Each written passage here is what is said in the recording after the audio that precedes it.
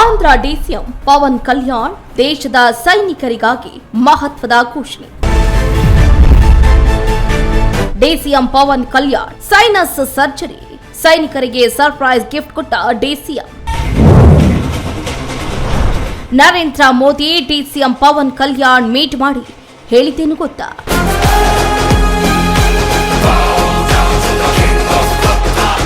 ಪವನ್ ಕಲ್ಯಾಣ್ ನಿಜಕ್ಕೂ ಟಾಲಿವುಡ್ನಲ್ಲಿ ಪವರ್ಫುಲ್ ನಾಯಕ ನಟರು ಆಗಿದ್ರು ಸಹ ರಾಜಕೀಯದಲ್ಲಿ ಕ್ಷೇತ್ರದಲ್ಲಿ ತಮ್ಮದೇ ಆದಂತಹ ಛಾಪನ್ನು ಮೂಡಿಸಿದ್ದಾರೆ.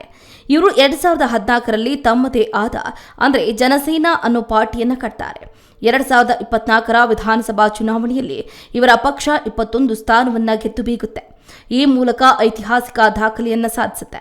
ಈ ಒಂದು ಗೆಲುವಿನ ಬಳಿಕ ಪವನ್ ಕಲ್ಯಾಣ್ ಆಂಧ್ರ ಪ್ರದೇಶದ ಪವರ್ಫುಲ್ ಉಪಮುಖ್ಯಮಂತ್ರಿ ಆಗ್ತಾರೆ. ಇನ್ನು ಉಪಮುಖ್ಯಮಂತ್ರಿ ಆದ್ಮೇಲೆ ಜನರ ಸೇವೆ ಮಾಡ್ತಾ ಸದಾಕಾಲ ರಾಜಕೀಯದಲ್ಲಿ ಸಕ್ರಿಯರಾಗಿದ್ದಾರೆ. ಇನ್ನು ಈಗ ಆಂಧ್ರ ಪ್ರದೇಶದ ಉಪಮುಖ್ಯಮಂತ್ರಿ ಆಗಿರುವಂತಹ ಪವನ್ ಕಲ್ಯಾಣ್ ಅವರು ರಾಜ್ಯದ ಗ್ರಾಮ ಪಂಚಾಯತ್ ಮಿತಿ ಒಳಗೆ ಬರುವಂತಹ ಎಲ್ಲಾ ಸೇನಾ ಸಿಬ್ಬಂದಿಗಳ ಮನೆಗಳಿಗೆ ಆಸ್ತಿ ತೆರಿಗೆ ವಿನಾಯಿತಿಯನ್ನ ಘೋಷಣೆ ಮಾಡಿದ್ದಾರೆ.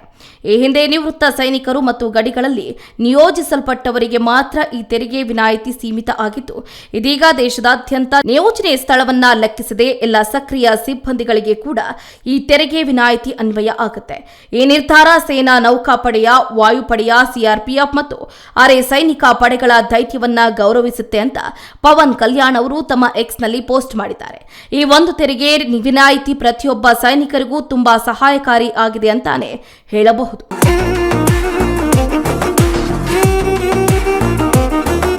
ಹಾಗೆ ಆಂಧ್ರ ಪ್ರದೇಶದ ಉಪಮುಖ್ಯಮಂತ್ರಿ ಹಾಗೂ ನಟರಾದ ಪವನ್ ಕಲ್ಯಾಣ್ ಅವರು ಈ ತಿಂಗಳ ಆರಂಭದಲ್ಲಿ ಆರೋಗ್ಯ ಹದಗೆಟ್ಟ ನಂತರ ಶಸ್ತ್ರಚಿಕಿತ್ಸೆಗೆ ಒಳಗಾಗಿ ಇದೀಗ ಚೇತರಿಸಿಕೊಳ್ಳುತ್ತಿದ್ದಾರೆ. ಶಸ್ತ್ರಚಿಕಿತ್ಸೆಯ ನಂತರ ಅವರು ಮೊದಲ ಬಾರಿಗೆ ಸಾರ್ವಜನಿಕವಾಗಿ ಕಾಣಿಸಿಕೊಂಡಿದ್ದು ಹೈದರಾಬಾದ್ನಲ್ಲಿರುವ ತಮ್ಮ ನಿವಾಸದಲ್ಲಿ ಆಂಧ್ರ ಪ್ರದೇಶದ ಮುಖ್ಯಮಂತ್ರಿ ಎನ್ ಚಂದ್ರಬಾಬು ನಾಯ್ಡು ಅವರನ್ನ ಭೇಟಿ ಮಾಡಿದ್ದಾರೆ. ವೈದ್ಯಕೀಯ ಮಾರ್ಗದರ್ಶನವನ್ನ ಕಟ್ಟುನಿಟ್ಟಾಗಿ ಪಾಲಿಸುವಂತೆ ಮತ್ತು ಸಂಪೂರ್ಣವಾಗಿ ವಿಶ್ರಾಂತಿ ಪಡೆಯುವಂತೆ ಚಂದ್ರಬಾಬು ನಾಯ್ಡು ಅವರು ಪವನ್ ಕಲ್ಯಾಣ್ಗೆ ಸಲಹೆಯನ್ನು ನೀಡಿದ್ದಾರೆ. ಇನ್ನು ಅಪೋಲೋ ಆಸ್ಪತ್ರೆಯಲ್ಲಿ ಚಿಕಿತ್ಸೆ ಪಡೆದು ಜುಬ್ಲಿ ಹಿಲ್ಸ್ನಲ್ಲಿರುವ ತಮ್ಮ ನಿವಾಸದಲ್ಲಿ ವಿಶ್ರಾಂತಿ ಪಡೆಯುತ್ತಿರುವ ಪವನ್ ಕಲ್ಯಾಣ್ ಚಂದ್ರಬಾಬು ನಾಯ್ಡು ಅವರನ್ನ ಭೇಟಿಯಾದ ಸಂದರ್ಭದಲ್ಲಿ ಅವರು ಶಸ್ತ್ರಚಿಕಿತ್ಸೆಗೆ ಕಾರಣವಾಗಿರುವ ವೈದ್ಯಕೀಯ ತೊಂದರೆಗಳು ಮತ್ತು ನಡೆಯುತ್ತಿರುವ ಆರೋಗ್ಯ ಸುಧಾರಣಾ ಪ್ರಕ್ರಿಯೆಯ ಬಗ್ಗೆ ವಿವರಿಸಿದ್ದಾರೆ. ಇನ್ನು ಇತ್ತೀಚೆಗೆ ನಡೆದ ಶಸ್ತ್ರಚಿಕಿತ್ಸೆಯ ನಂತರ ವೈದ್ಯರು ನೀಡಿದ ಸಲಹೆಗಳನ್ನ ಕಟ್ಟುನಿಟ್ಟಾಗಿ ಪಾಲಿಸಬೇಕು, ಹಾಗೆ ಸಂಪೂರ್ಣವಾಗಿ ವಿಶ್ರಾಂತಿ ಪಡೆಯುವಂತೆ ಮುಖ್ಯಮಂತ್ರಿ ಚಂದ್ರಬಾಬು ನಾಯ್ಡು ಅವರು ಪವನ್ ಕಲ್ಯಾಣ್ಗೆ ಸಲಹೆಯನ್ನ ನೀಡಿದ್ದು, ಸಭೆಯಲ್ಲಿ ಶಸ್ತ್ರಚಿಕಿತ್ಸೆಗೆ ಕಾರಣವಾದ ವೈದ್ಯಕೀಯ ತೊಂದರೆಗಳ ಬಗ್ಗೆ ಪವನ್ ಕಲ್ಯಾಣ್ ಅವರು ಚಂದ್ರಬಾಬು ನಾಯ್ಡು ಅವರಿಗೆ ಮಾಹಿತಿ ನೀಡಿದ್ದಾರೆ.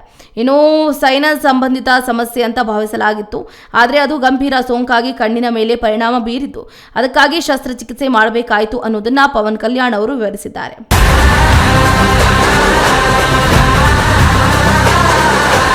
ಇನ್ನು ವರದಿಗಳ ಪ್ರಕಾರ ವೈದ್ಯರು ಸ್ಥಿತಿಯನ್ನು ಗುಣಪಡಿಸುವುದಕ್ಕೆ ಫಂಕ್ಷನಲ್ ಎಂಡೋಸ್ಕೋಪಿಕ್ ಸೈನಸ್ ಸರ್ಜರಿ ಮಾಡಿದ್ದಾರೆ. ಶಸ್ತ್ರಚಿಕಿತ್ಸೆಯ ನಂತರವೂ ಮೂಗಿನಿಂದ ಸ್ವಲ್ಪ ರಕ್ತಸ್ರಾವ ಆಗ್ತಾ ಇದೆ ಅಂತ ಅವರು ಮುಖ್ಯಮಂತ್ರಿಗಳಿಗೆ ತಿಳಿಸಿದ್ರು. ಆದರೂ 1 ವಾರದೊಳಗೆ ಅದು ಕಡಿಮೆ ಆಗುತ್ತೆ ಅಂತ ವೈದ್ಯರು ಭರವಸೆಯನ್ನು ನೀಡಿದ್ದಾರೆ. ಇನ್ನು ತಮ್ಮ ಸಿನಿಮಾ ವೃತ್ತಿ ಜೀವನದಲ್ಲಿ ಆಕ್ಷನ್ ದೃಶ್ಯಗಳ ಚಿತ್ರೀಕರಣದ ವೇಳೆ ಆದ ಹಳೆಯ ಗಾಯಗಳ ಬಗ್ಗೆಯೂ ಪವನ್ ಕಲ್ಯಾಣ್ ಮಾತಾಡಿದ್ರು ಮತ್ತು ವರ್ಷಗಳಿಂದ ಅವುಗಳನ್ನು ನಿರ್ಲಕ್ಷಿಸಿರುವುದಾಗಿ ಹೇಳಿದರು. ಸುಮಾರು 5 ವರ್ಷಗಳಿಂದ ಭುಜದ ಬಳಿ ರೋಟೇಟರ್ ಕಫ್ ಗಾಯ ಆಗಿರುವುದು ವೈದ್ಯರ ತಪಾಸಣೆಯಲ್ಲಿ ತಿಳಿದು ಬಂದಿದೆ. ಮತ್ತೊಂದು ಶಸ್ತ್ರಚಿಕಿತ್ಸೆ ಸೇರಿದಂತೆ ಹೆಚ್ಚಿನ ಚಿಕಿತ್ಸೆಯನ್ನ ಪಡೆಯುವುದಕ್ಕೆ ಸಲಹೆಯನ್ನ ನೀಡಿದ್ದಾರೆ ಅಂತ ಹೇಳಲಾಗಿದೆ.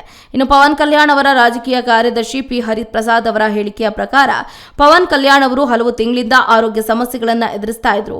ಆಡಳಿತಾತ್ಮಕ ಸಭೆಗಳ ಸಂದರ್ಭದಲ್ಲಿ ತೀವ್ರ ಅಸ್ವಸ್ಥತೆ ಉಂಟಾದಾಗ ಪರಿಸ್ಥಿತಿ ಮತ್ತಷ್ಟು ಹದಗೆಟ್ಟು ನಂತರ ವೈದ್ಯರು ಶಸ್ತ್ರಚಿಕಿತ್ಸೆ ಮಾಡಿದ್ರು ಅನ್ನೋದು ಗೊತ್ತಾಗಿದೆ. ಇತ್ತೀಚೆಗೆ ನಡೆದ ಶಸ್ತ್ರಚಿಕಿತ್ಸೆಯ ನಂತರ ಪ್ರಧಾನಿ ನರೇಂದ್ರ ಮೋದಿ ಅವರು ಕೂಡ ಪವನ್ ಕಲ್ಯಾಣ್ ಅವರನ್ನ ಸಂಪರ್ಕಿಸಿ ಶೀಘ್ರ ಗುಣಮುಖರಾಗುವಂತೆ ಹಾರೈಸಿದ್ರು ಕೂಡ ಹೌದು. ಹಾಗೆ ಇದೀಗ ಆರೋಗ್ಯ ಸುಧಾರಿಸಿದ ನಂತರ ಒಂದು ಹೊಸ ನಿರ್ಧಾರವನ್ನ ತೆಗೆದುಕೊಂಡಿದ್ದು ದೇಶದ ಎಲ್ಲ ಸೈನಿಕರು ಹಾಗೆ ಸೇನಾ ಸಿಬ್ಬಂದಿಗಳ ಮನೆಗಳಿಗೆ ಆಸ್ತಿ ತೆರಿಗೆ ವಿನಾಯಿತಿಯನ್ನ ಘೋಷಣೆ ಮಾಡಿದ್ದಾರೆ.